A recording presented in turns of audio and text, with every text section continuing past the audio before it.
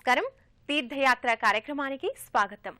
త్రిశక్తి స్వరూపిణి అమ్మలగన్నయ్యమ్మ ముగురమ్మల మూలపుటమ్మ అయిన జగజ్జననిని గ్రామీణులు సైతం ఆదిశక్తిగా కొనియాడుతారు.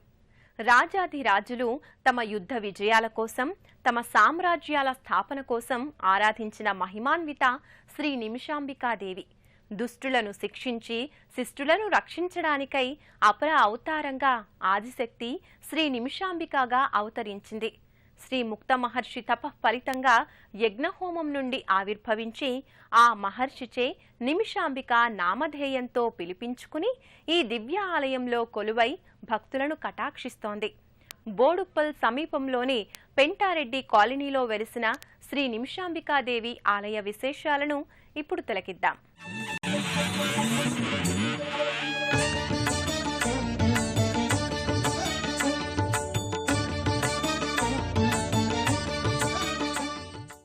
యా దేవి సర్వభూతేషు శక్తి రూపేణ సంస్థిత నమస్తస్యై నమస్తస్యై నమస్తస్యై నమో నమః. అమ్మను ఆర్ష సంస్కృతి పలు విధాలుగా కీర్తించింది. జగన్మాత సకల సృష్టి లయకారక మూలశక్తి. అలాంటి శక్తి స్వరూపిణి పలు నామాలతో వివిధ రూపాలలో అలరారుతోంది. ఆ పరంపరలోనిదే శ్రీ నిమిషాంబికాదేవి స్వరూపం.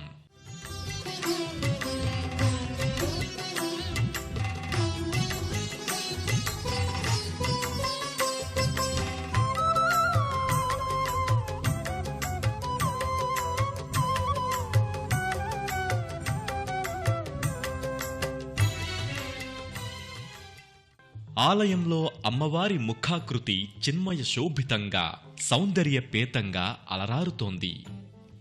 మకర తోరణ సహితంగా త్రిశూలధారిణి అయి పసుపువర్ణ ముఖార విందంతో కిరీటాది అలంకారాలతో ముక్కుకు ముక్కెర రజత కర్ణాభరణాలు ధరించి ప్రసన్నమూర్తిగా దర్శనమిస్తోంది. నుదుటిన కుంకుమ ధరించి చతుర్భుజాలలో వివిధ ఆయుధాలను ధరించి శ్రీ నిమిషాంబికాదేవి తన దివ్య ప్రభల్ని వెదజల్లుతోంది. ఆధ్యాత్మికత ఉట్టిపడే దివ్య స్థలంలో, జన సమర్థం గల ప్రాంతంలో రోజూ అశేష భక్తులచే విశేషంగా ఆరాధనలు అందుకుంటూ కోరిన కోర్కెలను ఈ తల్లి ఈడేరుస్తోంది.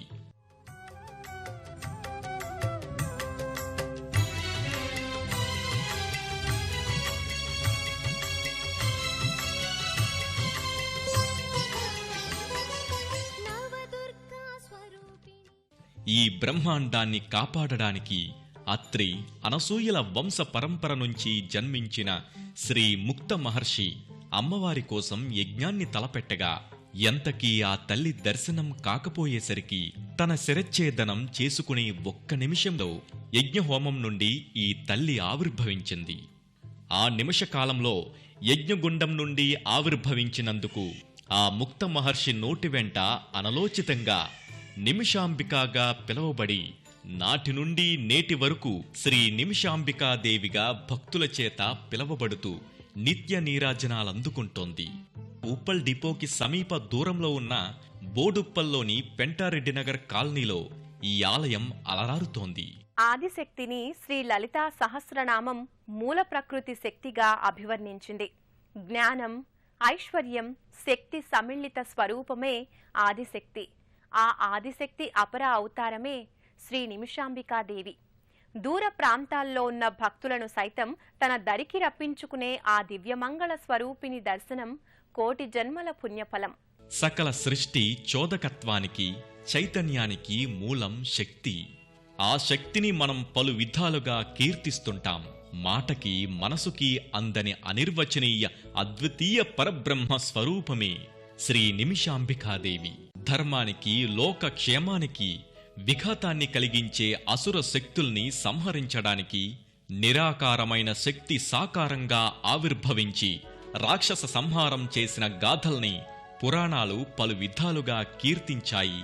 అలా పురాణాలలో వర్ణించిన విధంగా ఆ త్రిలోక జనని భక్తుల సంరక్షణార్థమై దుష్టులను శిక్షించి శిష్టులను రక్షించడానికి పలు ఆలయాలలో వెలసి తన రూపలీలా విన్యాసాన్ని చాటుకుంటోంది.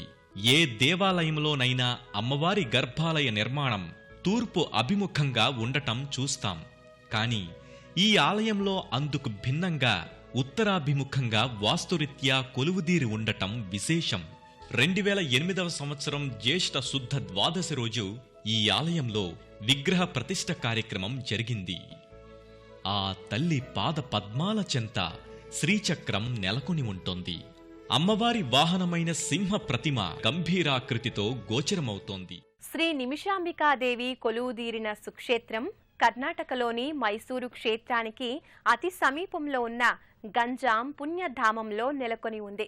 ఆ ఆదిశక్తి అవతార పరంపరలో కొలువుదీరిన మొట్టమొదటి పుణ్యధామమని ఇక్కడి చారిత్రక ఆధార కథనాల ద్వారా తెలుస్తోంది. శ్రీ నిమిషాంబికాదేవి కొలువుదీరిన మొట్టమొదటి సుక్షేత్రం కర్ణాటకలోని మైసూర్ క్షేత్రానికి అతి దగ్గరలో గంజాం పుణ్యధామంలో నెలకొని ఉంది. ఆ జగజ్జనిని కొలువైన మొట్టమొదటి ఆలయమని చారిత్రక ఆధారాల ద్వారా తెలుస్తోంది. శ్రీ ముక్త మహర్షిచే ఆరాధనాలందుకున్న ఈ జగజ్జనిని దివ్యమంగళ స్వరూపం ఎంత చూసినా తనివితేరదు. ఏ దేవాలయ ప్రతిష్ఠ జరిగినా ఆ దేవదేవుళ్ల పరివారం కొలువుదీరే ఉంటుంది. సోమ క్షత్రియుల కులదైవమైన శ్రీ నిమిషాంబికాదేవి ఆలయ ప్రాంగణంలో కూడా ఇతర దేవతామూర్తులను మనం చూడొచ్చు. ఆధ్యాత్మిక శక్తుల్ని ఏకోన్ముఖంగా ప్రసాదించే ఆ దేవతల ఉపాలయాలను కూడా ఒకసారి దర్శిద్దాం. ఈ ఆలయ ధ్వజస్తంభానికి సమీపంలో శ్రీ విఘ్నేశ్వర స్వామి కొలువుదీరాడు. గణాలకు అధిపతిగా ఉన్న ఆ గణేశుడు చతుర్భుజాలతో వివిధ ఆయుధాలను ధరించి భక్తులకు నేత్ర పర్వాన్ని కలిగిస్తూ భక్తులకు ఎటువంటి విఘ్నాలు కలగకుండా కాచి కాపాడుతుంటాడు.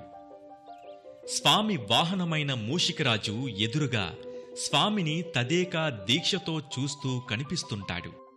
ఈ ఆలయ ప్రాంగణములోని అశ్వత్థ వృక్షం పరబ్రహ్మ స్వరూపంగా కొలువై ఉంటుంది.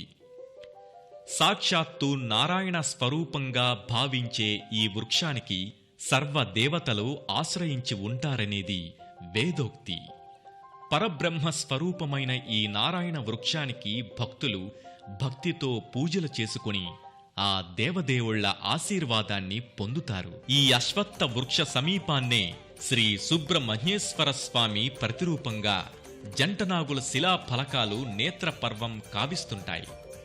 సంతానాన్ని కోరే భక్తులు ఈ నాగబంధం చుట్టూ భక్తిగా ప్రదక్షిణలు చేస్తే ధర్మ సంబంధమైన ఏ కోరికైనా నెరవేరుతుంది అనడంలో ఎటువంటి సందేహం లేదు.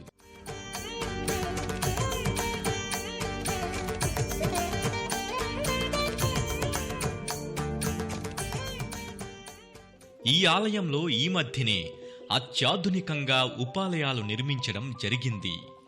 శివాలయం, సాయిబాబా మందిరం, శ్రీ లక్ష్మణ హనుమత్ సీతా సమేత రామాలయం, దత్తాత్రేయ స్వామి ఆలయం, హనుమాన్ మందిరాలు ఉపాలయాలుగా ఇక్కడ కొలువుదీరాయి. ఎప్పుడూ వచ్చిపోయే భక్తులతో రద్దీగా కనిపిస్తూ ఒక ఆధ్యాత్మిక ఆనంద లోకాన్ని తలపిస్తూ ఉంటోంది ఈ ఆలయం. ఈ ఆలయ ప్రాంగణంలో మరో మందిరం శివాలయంగా రూపుదిద్దుకొంది. ఈశుడే సర్వేశ్వరుడిగా భక్తుల కష్టాలను కడతీర్చడానికి ఇక్కడ కొలువై ఉన్నాడు. ఉత్తరాభిముఖంగా కొలువుదీరిన స్వామికి అభిముఖంగా నందీశ్వరుడు కొలువై ఉంటాడు. ఈ ఆలయ సముదాయంలోనే మరో ఉపాలయంగా శ్రీ దత్తాత్రేయ స్వామివారు కొలువై ఉన్నాడు. సాక్షాత్తు దైవ స్వరూపులు తపస్సంపన్నులైన అత్రి అనసూయల ముద్దుల బిడ్డగా త్రిమూర్తి స్వరూపంగా శ్రీ దత్తాత్రేయుల వారు అవతరించారు. అనసూయాత్రి సంభూతో దత్తాత్రేయో దిగంబరః అని అంటూ భక్తులు స్వామివారిని తదేకా దీక్షతో సేవిస్తుంటారు.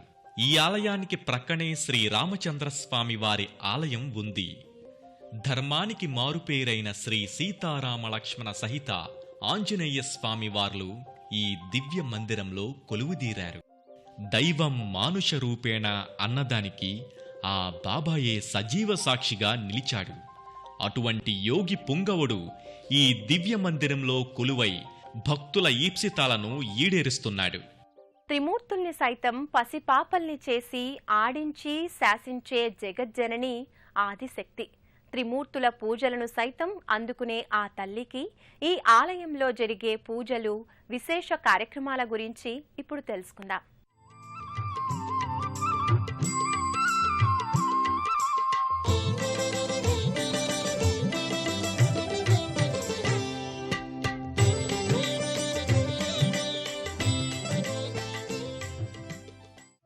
వైశాఖ శుద్ధ దశమి పవిత్ర దినాన ఈ ఆలయంలో అమ్మవారి పుట్టినరోజు సందర్భంగా అమ్మవారి వేడుకలు ఘనంగా నిర్వహిస్తారు. గాజుల మహోత్సవం పర్వదిన సందర్భంగా అమ్మవారి ఆలయ పరిసరాల్ని అలంకరించిన తీరు భక్తుల్ని విశేషంగా ఆకట్టుకుంటోంది. ప్రతి శ్రావణ మాసం లక్షగాజుల ఉత్సవాన్ని అంగరంగ వైభవంగా నిర్వహిస్తారు. భక్తుల కోర్కెలు నెరవేరడం కోసం అమ్మవారికి 108 నిమ్మకాయలతో దండను కూర్చి అమ్మవారికి సమర్పిస్తారు. ముత్తైదువులు పసుపు, కుంకుమ, గాజులు, రవిక, వస్త్ర తాంబూలాల్ని అమ్మవారికి నివేదించుకుంటారు. ఈ ఆలయంలో ప్రతిరోజు పూజా కార్యక్రమాల సంరంభం ఉదయం 6 గంటల నుండి 11 గంటల వరకు పూజా కార్యక్రమాలు కొనసాగుతాయి. తిరిగి సాయంత్రం 5:30 నుంచి 8 గంటల వరకు పూజా పరంపర కొనసాగుతోంది. విశేషంగా కుంకుమ పూజలు, శ్రీ లలిత సహస్రనామ స్తోత్రాలు, పారాయణలు విరివిరిగా జరుగుతాయి. వందలాది మంది సమక్షంలో జరిగే ఈ సన్నివేశం వీక్షించడం పూర్వజన్మ సుకృతం. ప్రాప్తం ఉన్నవారికి ఆ అదృష్ట భాగ్యం కలుగుతుంది. సర్వే జనా సుఖినో భవంతు. ఆదిశక్తి అపర అవతారమే అమ్మ. అమ్మకు వందనాలు సమర్పిస్తే చాలు సంతోషపడుతుంది. ఆర్తితో అడిగితే చాలు సంతోషపడుతుంది. వాత్సల్యంతో కాపాడుతుంది. మన మనుగడను ఆనందమయం చేస్తుంది. ఆ దివ్యమంగళ స్వరూపిణి అపార కృపా కటాక్షాలు మనందరి జీవితాలపై వెల్లివిరియాలని కోరుకుందాం.